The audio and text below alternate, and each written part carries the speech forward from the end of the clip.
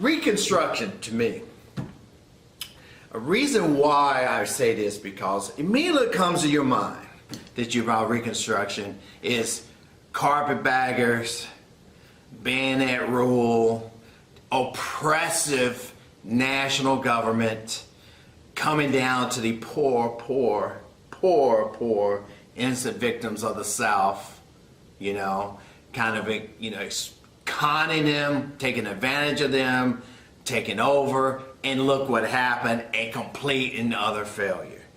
And this is kind of what I learned and what is in the vernacular in most people, or in the mindset of most people. So one of the reasons why, and it's really one of the motivation reasons why I want to give me liberty, is Eric Foner.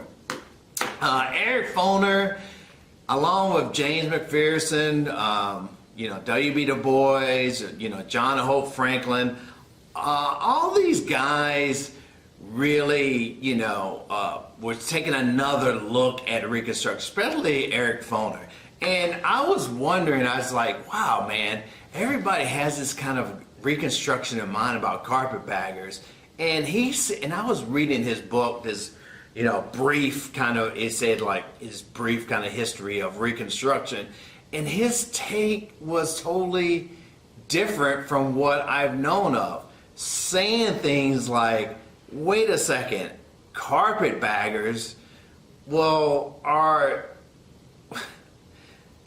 and everybody says Birth of a Nation is the worst, where people get Reconstruction, kind of, their ideas of Reconstruction. I think it's more Gone with the Wind. Gone with the Wind is more of your, probably where you get your parents or grandparents' ideas, even if they didn't see the movie. It's like knowing about the Kardashians, even though you have not ever seen their show. So kind of in your mind, oh, the carpetbaggers came down here and conned these innocent white Southerners, of their money. Now, did some people come down south, especially after it's been war-torn, to open up a business or to get people to invest in something like buying the Hudson River or the Statue of Liberty? I'm sure. But this picture that they just a train full of Northerners coming down here to do ill will, it's really a very, I told you this lost cause notion that the Southerners were again, taking advantage of during Reconstruction by this. And it's really insult to Southerners that they're that dumb and naive and ignorant that anybody could sell them some fool's gold and they would just lose their money. Even in 2017, AP had a cartoon of a carpetbagger, taking advantage of the innocent South here, their point of view of the cartoon, and that the military was all around forcing the Southerners, innocent white Southerners, of what to do. So, and they're trying to take care of things. They've been devastated by the South, but it's just really this imposition by this harsh federal government. So I was like, Foner really, and then he said something too, I was reading radical Republican. It's funny, yeah, maybe radical for the time, because radical about equality for, freedmen and African Americans and former slaves, radical about having them to have their voting rights. That's not a very radical notion, I hope, in 2020.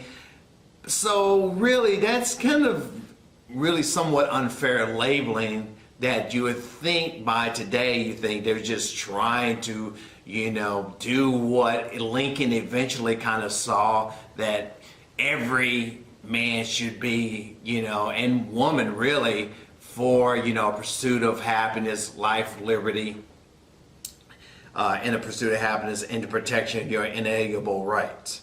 So that's what it should have been.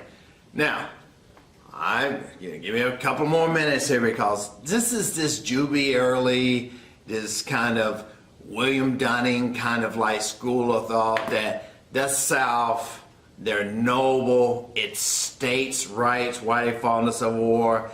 If you read any convention that seceded or Alexander Stephens' inaugural address, they don't mention anything about tariffs.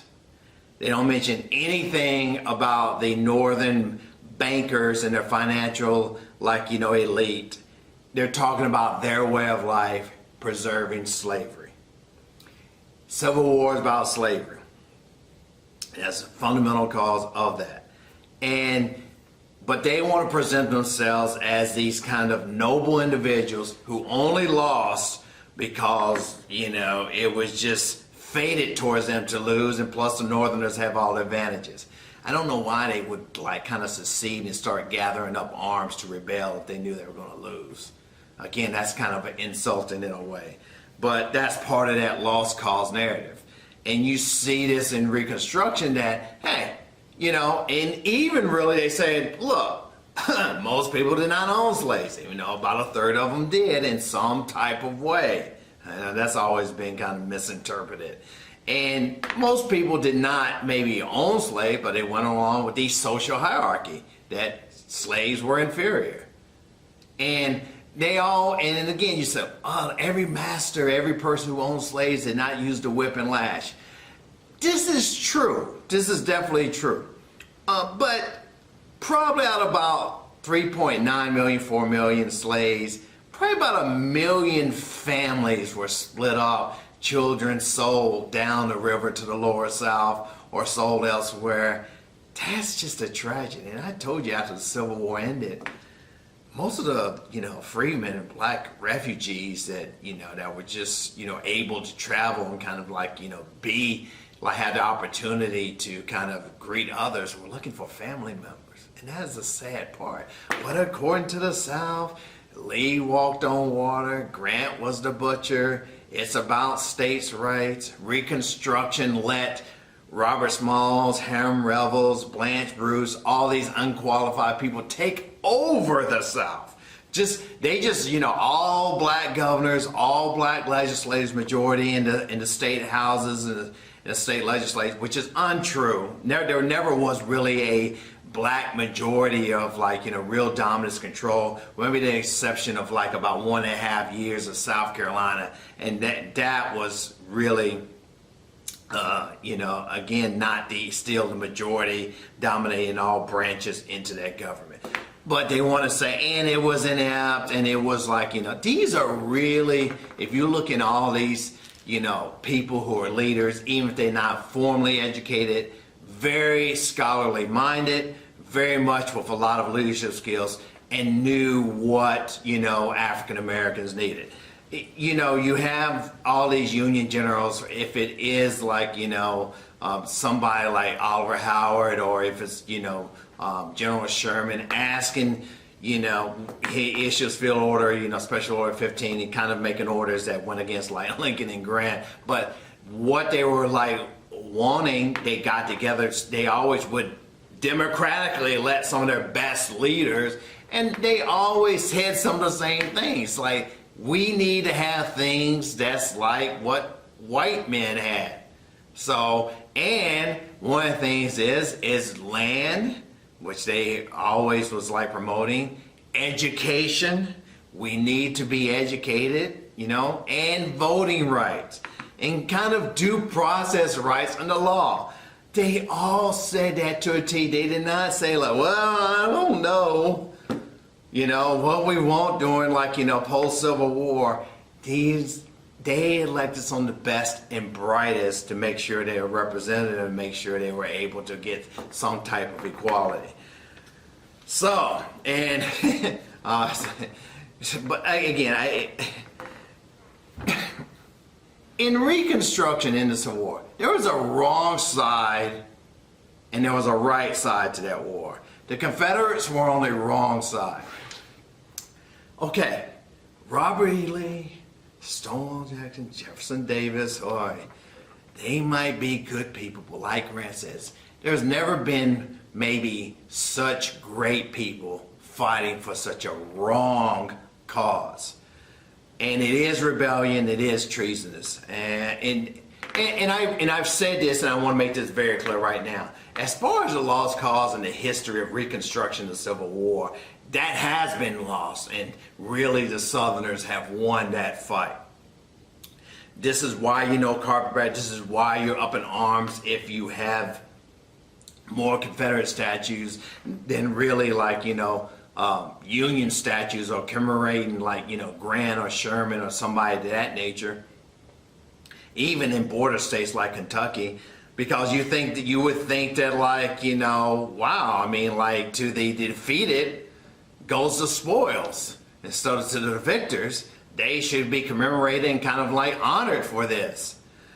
Really just this bad notion. And by the turn of the 20th century too, this is really where it raises this like, this kind of misinterpretation of Reconstruction and everybody kind of joining in, and it's the nadir of race relations and like, rights for African Americans. So, that's the thing I want to say. So, that I really wanted to rant and do my kind of, and I put this in quote, the communist take, because people think that, oh yeah, you're trying to, you investigate this yourself, and you investigate the real victims of Reconstruction were freed men and women, were the newly freed slaves.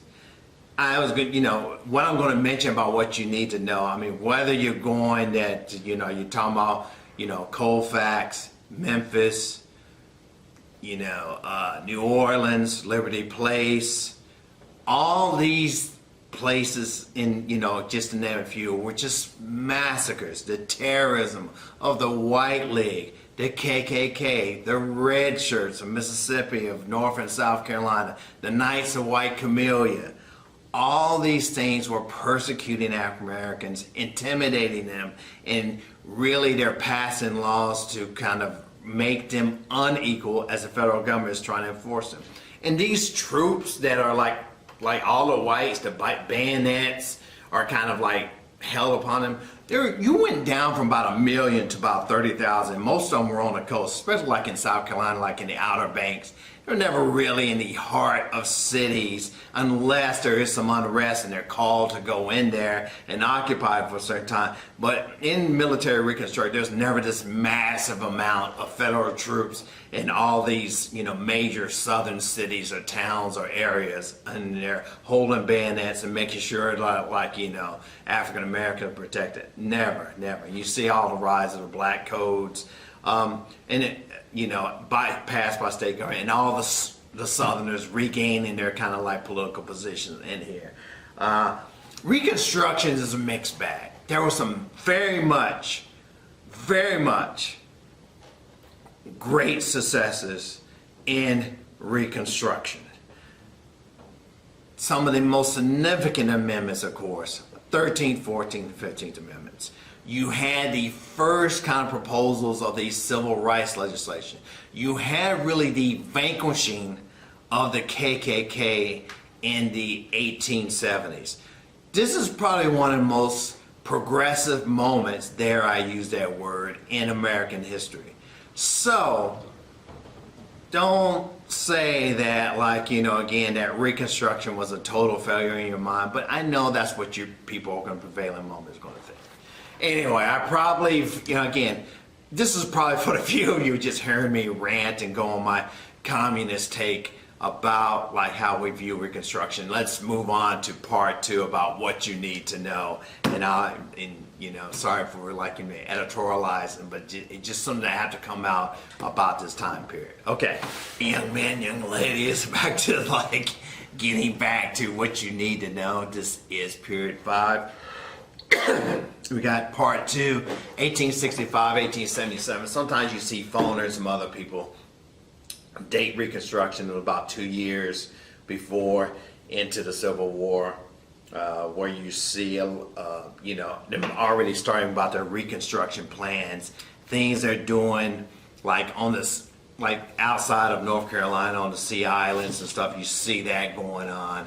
And they are already kind of, and again, this Emancipation Proclamation of 1863, that kind of starts Reconstruction right there. So some people do think about that as being there as part of Reconstruction at that time.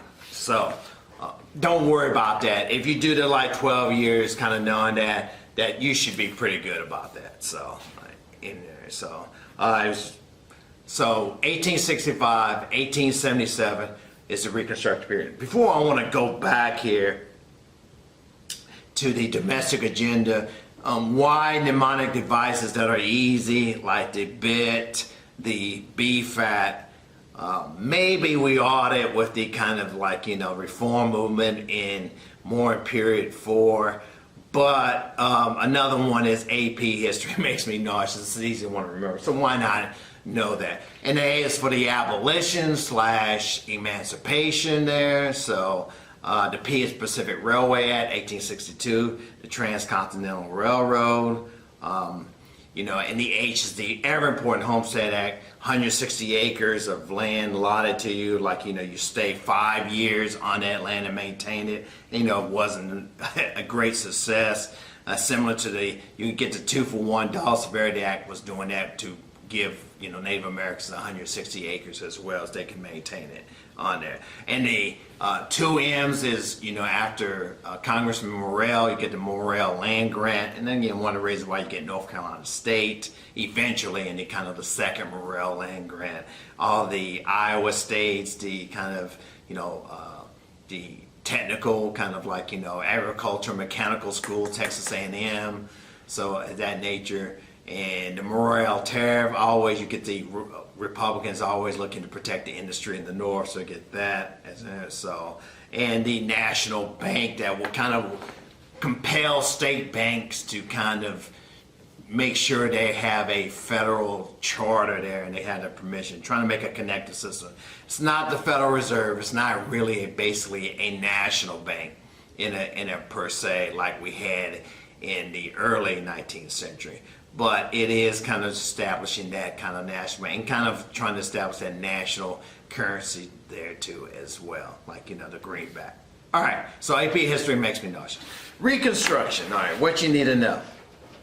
Well, after the war, you get this centralization of power. You get centralization of power, you get the foundation of rapid industrial growth, and you get the Republican Party becomes like the party of big business in there. So that's what you get. And by the way, the patterns of war, I'm putting the link down there to share that, that what we said, there's patterns of war from the Revolutionary War to World War II. And you guys can take a look. I put a lot of examples of the Civil War examples to kind of like flesh out the patterns of war in there. And it's just good to know. Generally, it just gets your brain thinking. It helps you kind of come up with some sentences, some thoughts to put together, maybe an argument, maybe some kind of conclusion in there. Great. So we had that for Reconstruction. Now, what you should know, end of the Civil War. They've raised the number of dead in the Civil War. It would be pretty good of all the wars to know about the number of deaths in the United States Civil War was about 700,000. They've kind of raised that number from like, 600,000, let's say, in there. So that's really good. South is in ruins, and now you have more of a centralization of power. And secession should be out, even though you hear from California, you hear from Texas, you hear, governors or politicians talking about maybe we should secede from, the Union, or even some sections of states secede from that state. But really, for the most part, it's political talk, but nothing real talks. It's kind of settled out of the Civil War. Secession is illegal and it's unconstitutional. And that's kind of that's really settled after the Civil War. Reconstruction plans. Just know this, and you should not just be familiar. 10%, Lincoln. Andrew Johnson, more forgiving, amnesty. The Republicans, more a little bit, kind of, again, labeled radical. They want some kind of military occupation. They definitely want the 13th Amendment passed, for sure.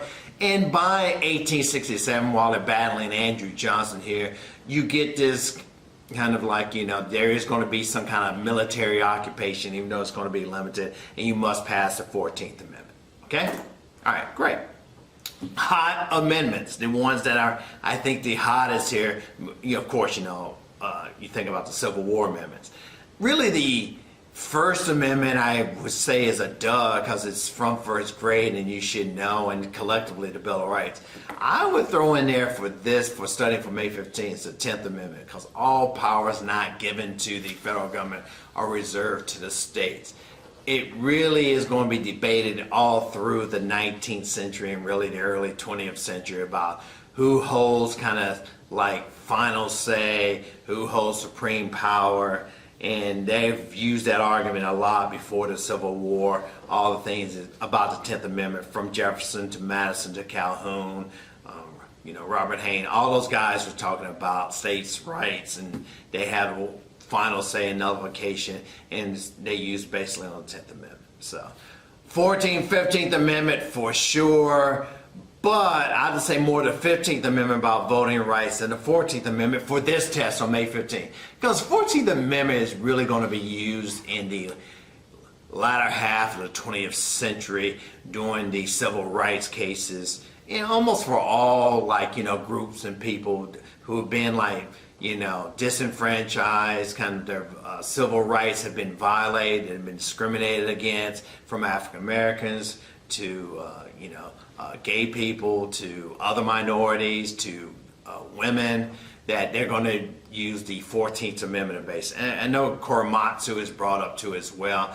I tell you, I don't know if you're going to get to World War II. So more 15th Amendment about voting rights, and seeing that 15th Amendment kind of goes along with, period 7, 19th Amendments and women's right to vote. So speaking of other hot amendments, of course, 16th, 17th, 18th, and 19th. Now I call these progressive / populist amendments that you should know. And we'll talk more about them. So these are the amendments that if you want to write, let's say, hey, do I know that? Most of you know all of these already. So it's just one of those things that you put a check in a box here about the hot amendments in this time.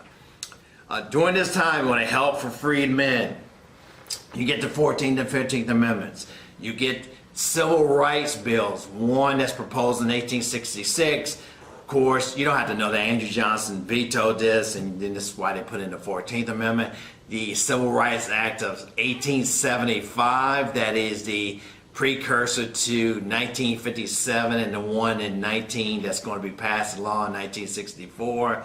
It's going to, that's going to be, instituted in there. You have the Enforcement Acts of 1870 to 1872 that were trying to make sure that African American rights are respected, and they do get some type of due process by law. And the Klan is basically wiped out with these kind of enforcement acts in there. Now, problem is, I just mentioned all the kind of positive things they're trying, the Republicans and Grant are trying to do. Well, again, what is the Southern answer? Intimidation, lynchings. I told you, we've mentioned, 1873, Colfax, a year later it's Coshada. A lot of stuff happened in Louisiana, Memphis, Arkansas, all these type of places in here are having these, Hamburg Massacre in South Carolina that happens around, 1876 in there. So all these things, these lynchings, and lynchings, I know people think it's just, murder without due process. It's real.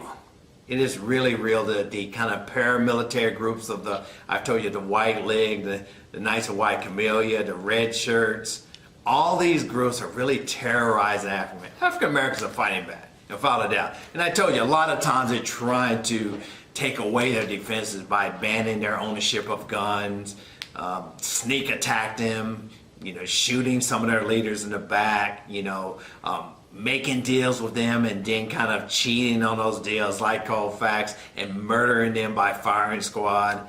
So it is really, really a harsh time for African Americans, Reconstruction and definitely post-Reconstruction. And I tell you, lots of titles and chapters and books about worse than slavery, because now their lives are not worth almost anything. They have no kind of value to some of these whites and people who want to stay in power. Any type of values like that. So, North Carolina, the Wilmington coup d'etat in 1898. I know some people want to call it riot, and I think and I told you, when people, you hear today riots, they think of the 1960s African American riots. They think of LA in the 1990s, but they do not think about all these really murderous rampages that was going on during Reconstruction and post-Reconstruction at this time, and that's what keeping a lot of people from voting. And all the disenfranchisement, the poll taxes, the literacy test, grandfather clauses, but intimidation was the most. Economic hardship, sharecropping, cropland. You don't really need to parse those out, knowing what you want, but just trying to keep you in virtual slavery. And I tell you, you're even arrested, you're supposed to work that kind of time off, or you owe money once you're in jail. You can't get out of jail once you pay that money, or your family pays that money, so you're in perpetuity in jail at times. You're working on this penny-edge labor, all these type of economic hardships that's just put on African Americans. And at the end, you get troops out of, the South, which really was the final nail in the coffin for Reconstruction to end, and for whites to redeem themselves and gain back control, particularly the Democratic Party in there.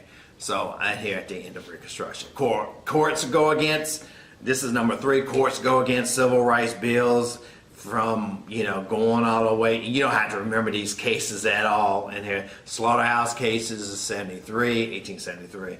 Cruikshank, 1876, and really the civil rights cases of 1883 that says, the 14th Amendment does not say that private citizens cannot, discriminate or serve who they want, or, let people sit, together in the theater. So it's, so that it does not apply to them. So you get really this growth from evolution from the black codes that restricted your movement, restricted where you can go, to this kind of segregation of the Jim Crow era of the 1890s all the way to the 1960s. The case Plessy versus Ferguson, 1896. Very good. All right, so it becomes the norm in this time. Number 4, I would say, you really have a lot of African American leaders really working towards some kind of, early civil rights. People think, I kind of laugh when people think that Frederick Douglass kind of goes away after the Civil War, but he is working all the way up until his death in 1895 for civil rights. And just know the celebrities, and the 2 biggest celebrities is Booker T. Washington and W.B. Du Bois, and know where they stand. And one is more of accommodation, Booker T. Washington, and more some agitation, just kind of knowing their stance about where they should be for civil rights at this time. I love Ida Wells. I mean, that's a bonus. I think some of you've learned her, and you actually, just projects on her, and God, just what a heroine. She's just a great American hero. Benjamin Pap Singleton, you don't have to know these people because they're not the celebrities, going out to, the Exodusters out in Kansas. T. Thomas Fortune, working at the black newspaper in New York. Just to name just a few, from Mary Church Terrell. People working on all these civil rights before Rosa Parks, before the 1950s, and Martin Luther King at this time. This is important, I guess.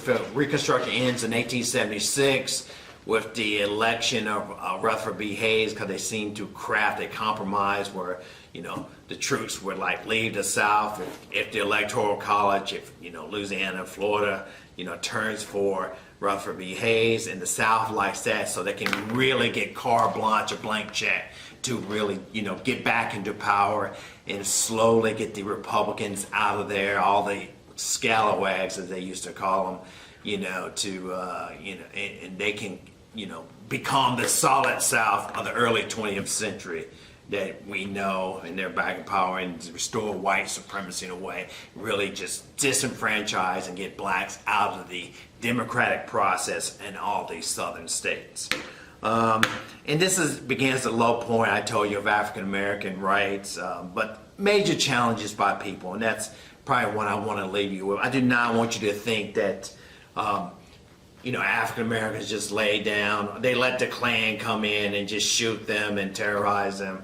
They're fighting back. It's very hard being down south, and you can't go to the sheriff, you can't go to the judge, you can't really, the federal government is not stepping in. You got to remember, by 1877, after the economic panic of 1873, and strike in 1877, which really calls back the troops, that people were worried about the economic hardships that's going on than really trying to rebuild the South and maybe really motivated to protect African American rights during Reconstruction. Lessons of Reconstruction is that it should have lasted longer, and it should have been just put more of an effort when you're trying to have a major war or be involved in something like Iraq and Afghanistan. It takes a major commitment afterwards if you really want to make things right, instead of just going in there and leaving, or going in there and doing some piecemeal things. I mean, Freedmen's Bureau has ended, and the ironic thing about it, and I've kind of went on a rant before, the ironic thing is a lot of poor whites are going to suffer too, because you really have the Northerners coming down, opening up schools, making public education mandatory, that you have to go there. That really creates a lot of opportunities. Industrializing, bringing in more business opportunities to the South, getting them, kind of making them the eventual factory making economy that the South will turn into in the early 20th century. It really was that kind with the intentions of Reconstruction, is not just help African American freedmen and women.